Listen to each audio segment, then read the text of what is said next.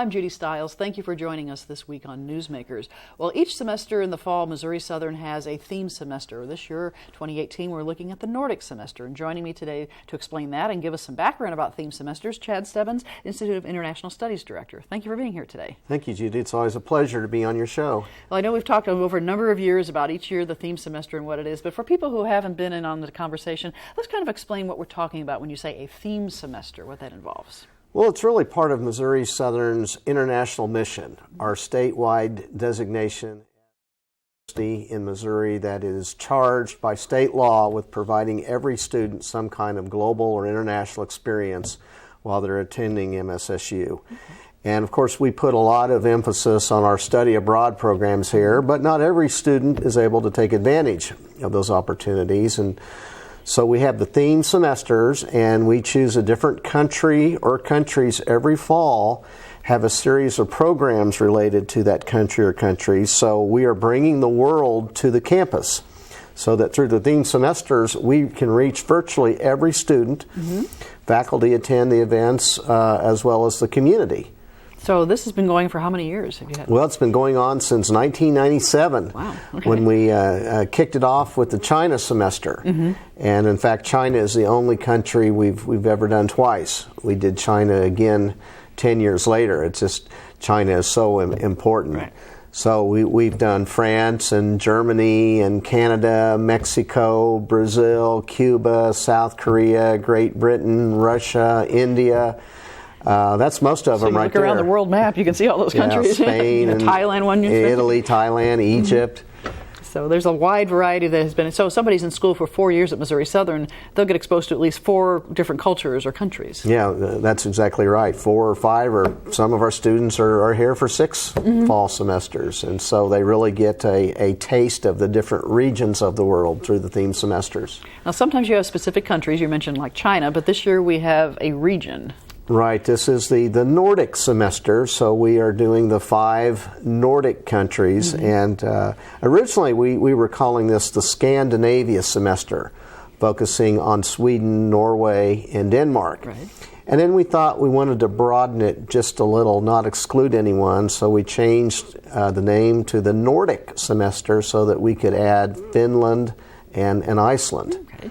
So it's those 5 countries, and that's been a bit challenging because we want to have programs and activities related to each of the 5. Right, you don't want to neglect any country. Right, we don't want Iceland to feel that they were excluded and not much attention given. Right. And so it's going to we're going to have a few more programs and activities than typical for a single country theme semester. Right. Well, people are probably curious, how do you choose the region or the country? How's that choice made? Well, originally, President Leon would choose the country every year, and I have to give him the credit. He's the one who came up with the idea for the theme semester. Okay, the original saying, we're going to do China year number 1. Right. And so he would personally pick the country every year, and he would, give it a great deal of thought and study. Oh, wow. And then when he retired, the decision was turned over to the faculty. And so some years we have a faculty nominating committee. They get together and they brainstorm and they try to pick countries that are in the news. We really haven't done obscure countries like Liechtenstein or Malta. So they have to have an impact on the world or on us in the United States. Right. And so the faculty now make the selection. And when we don't have a faculty nominating committee, we do a SurveyMonkey questionnaire where faculty get to list multiple possibilities. And for several years, a certain segment of the faculty, mainly in the art department and the English department, they've wanted to focus on Scandinavia. There's just a lot of interest in those 2 particular departments in Scandinavia, or we've now broadened it to Norden. But the art department in particular has had a close relationship with Sweden. For 25 years, they've operated the Summer in Sweden Study Abroad program. Just for our students go to Sweden. Yeah, they go to Sweden for 5 weeks. They also visit other cities like Copenhagen and Paris, London, Dublin. On their way to Sweden, they stop at art galleries and museums, and then they're in Sweden for 4 weeks, and then every weekend is a field trip to a different art gallery or museum in Sweden. Are they working with a specific university in Sweden while they're there? They're working with a small folkhögskola, which is known for photography. And there is a famous Swedish photographer named Orion Henriksson who teaches our students the old-fashioned black and white photography when they come to Sweden. So that fits right into that art realm of, look at things a little differently. Right, and Orion has been here multiple times, probably 25 times, teaching photography to our students. And so we hope that he'll come back this fall and participate in a couple of the programs. One of the programs is going to honor and celebrate our 25 years of operating the Summer in Sweden program. So we'll talk about some of the specific events. So really, looking at the Nordic semester, you felt that this area of the world really has an impact on the United States, our region, our culture, and so forth. Right, and we had discussed picking a single country in Norden, and we didn't think we could pick just one. We probably would have picked Sweden if we had been forced to do just semester, one. But we didn't want to eliminate Norway or Iceland or Finland or Denmark. So that's the reason that we're kind of coupling those 5 countries together for a Nordic semester. And any one of the countries on its own isn't terribly important in the grand scheme of world affairs and world politics, but jointly, their combined population is less than Texas, those 5 countries. But there's just so much interest in Scandinavia. Most of us have ancestors from one of those 5 countries. My ancestors came from Sweden. And moved to Kansas in the 1880s, and I think Mine came from Sweden as well and went to Chicago. So. Right, and there are many people in the Joplin area who have Norwegian heritage, and so I think the community will be attending many of our events because of their heritage. Yeah, not realizing how many people have that so much interest in ancestry right now that someone, great grandma or great uncle or their grandparents came from those countries and where that came from. So we're going to be bringing those cultures to the United States in a wide variety of areas. I know planning it, you mentioned you have more activities this semester than any previous semester. Well, we have at least 35 activities and then another 11 films. And so again, this is just the fall semester. We used the spring semester to plan for the upcoming semester. Every week there's 2 or 3 or 4 different activities, usually one film every week on a Tuesday evening. And the beauty of this is so many departments at Missouri Southern contribute as well. The music department is doing 3 concerts. The chamber singers, led by Dr. David Charlo, who went on a tour to some of these countries in June, they're doing a concert of Scandinavian music. The vocal singers under Dr. Susan Smith, they're doing a concert. And the Southern Jazz Orchestra, under the direction of Dr. Phil Wise, they're doing the world premiere of a piece that's being written this summer by someone not from Missouri Southern, someone in Iowa, but it'll be the world premiere of a traditional piece based on Scandinavian folk music. And that will end the Nordic semester on December 3rd. The theater department, under the direction of Dr. Jim Lyle, is putting on the Ibsen play Ghosts, October 3rd through the 6th. And Dr. Lyle is giving a presentation on Henrik Ibsen the week before the Southern Theater production. The performance, right. The English department, through the Honor Society Sigma Tau Delta, is reading a book called The Jar, which is based in Iceland. And people from all over campus, the community, can participate in these readings, get a copy of the book. I think there are 3 or 4 different times where they'll come together and discuss various components of the book. So that's really tying the community with Southern as well. You don't have to be a student or a faculty staff member. Yeah, that's correct. And tying that, because a lot of departments getting involved. I know you start off right away at the beginning of the semester. The art department, you mentioned, they went to Sweden, but they're having an exhibit actually before the semester begins. Well, the art department also over spring break went to Norway, and they took a lot of photos, and their trip inspired some artwork. And they're going to kick off the Nordic semester with a display of their work that was inspired by their trip to Norway in late August. Probably the highlight of the Nordic semester is another art department project. It's called the Photography of Edvard Mook. We might pronounce it Munch, M-U-N-C-H, but I believe it's Mook. And this is the Norwegian artist who painted the famous picture, The Scream.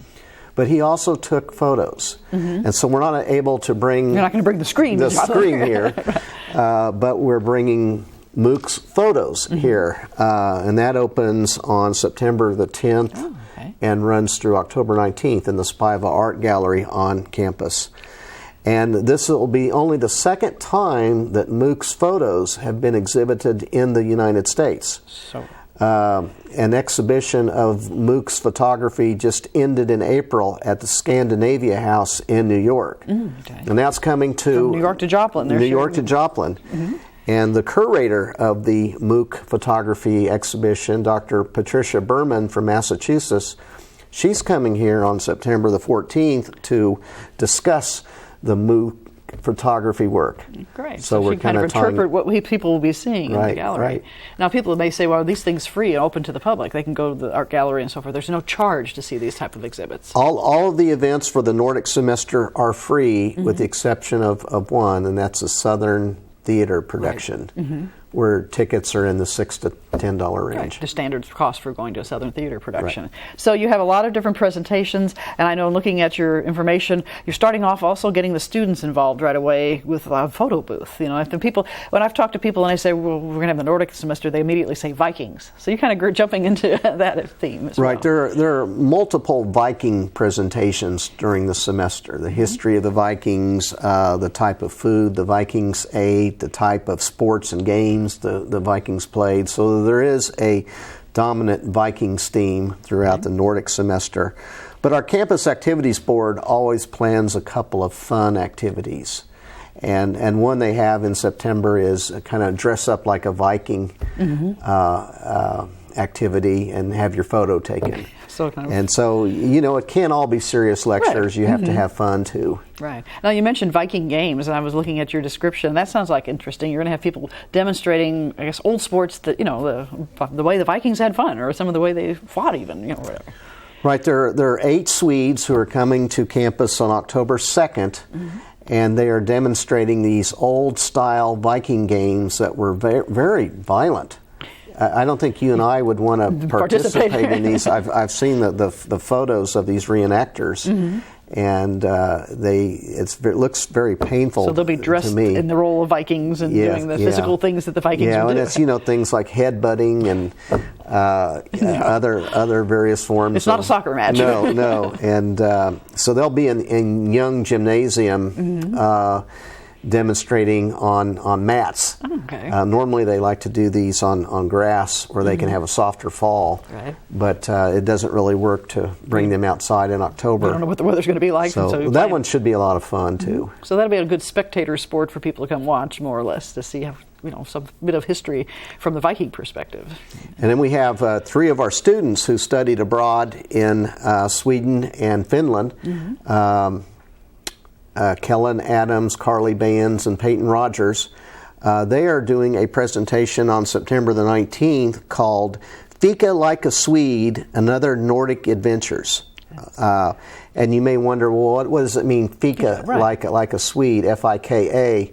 And Kellen and Carly spent last spring semester at a university in Sweden, and the thing that really struck them is at 10 o'clock every morning, the campus would virtually shut down for 15 to 20 minutes, everyone goes to something called fika, which is kind of a big coffee break. Okay, so just stop what you're doing. Let's chill out for a while. And they have coffee and pastries, and it's a social time, and you're not supposed to discuss any business. You just visit and unwind, and just everything comes to a halt at 10 o'clock in Sweden every morning so they can have their fika. I imagine as Americans that was taken time to adjust to that. We're just go, go, go. Right. And we have had other students who've studied abroad who maybe haven't appreciated the fika at the beginning because they would be in the middle of a project, an art project, and then just to have to stop everything right at 10. And your participation is expected. It's demanded. It's society wants you to do that. Yeah, and so these three students are going to talk about their experiences with fika and other Nordic traditions. Right, and they actually live there for a longer period of time, like you say, a semester or so, studying in these countries in Sweden. Yeah, and our students all comment on how short the days are in Sweden and Finland and Denmark. The sun may not come up until 10. And then it sets at 3 or 4 in the afternoon, and so they have 5 or 6 hours of daylight. Enjoy it while you can, right? Yeah.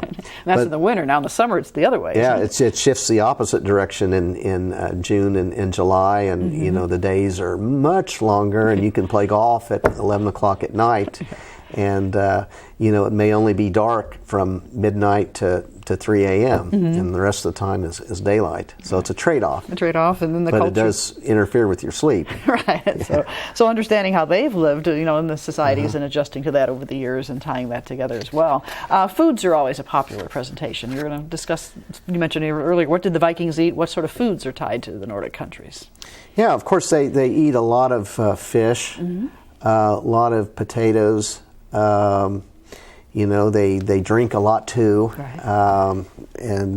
But we're not really having any tasting. Sometimes during our theme semesters, we're able to bring in a chef, and we just couldn't find any Nordic restaurants anywhere in the area. Right, we're not a strong Nordic region here. No, I don't even think Tulsa or Kansas City have Nordic restaurants. And then in the past, we've been able to reach out to those cities when we've celebrated other countries. But you're going to have someone explaining the foods and tying that together. Yeah. Right. Now, something I saw that caught my attention is the cultural things and the popular things such as music. You're going to have a special presentation tying into a pop band that people were familiar with maybe in the 70s. Right. Of course, when you think of Sweden, one thing that comes to mind for most people is ABBA. We are bringing in the foremost expert on ABBA. His name is Carl Magnus Palm.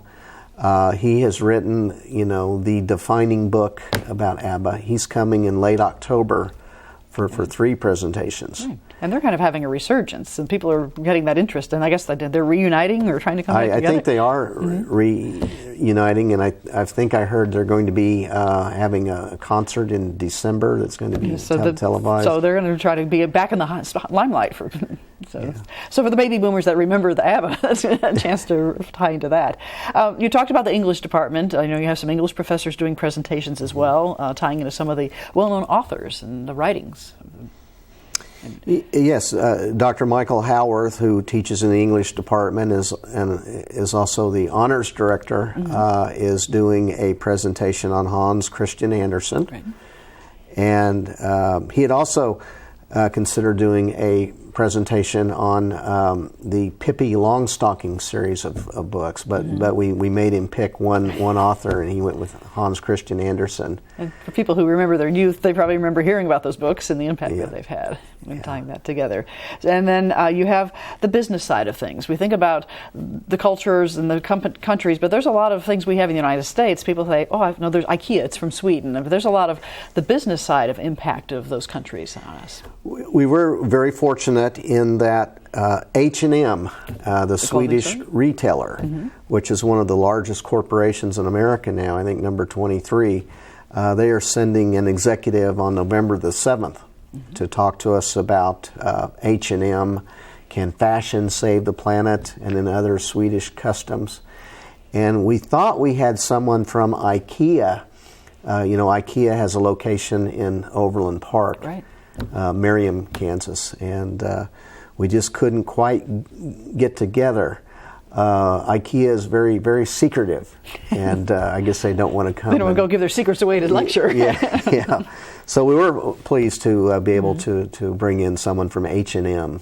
And you mentioned about saving the planet. The people may not realize the environmental things that they do in those countries that maybe we don't do in the United States, recycling and trying to environmentally friendly programs. Yeah. These 5 countries are well ahead of the United States and in their environmental efforts and recycling efforts and keeping the planet clean. And I think we can learn a lot from our counterparts in the Nordic countries. So they'll be sharing some information maybe for our interest of our environmental health people and what's going on.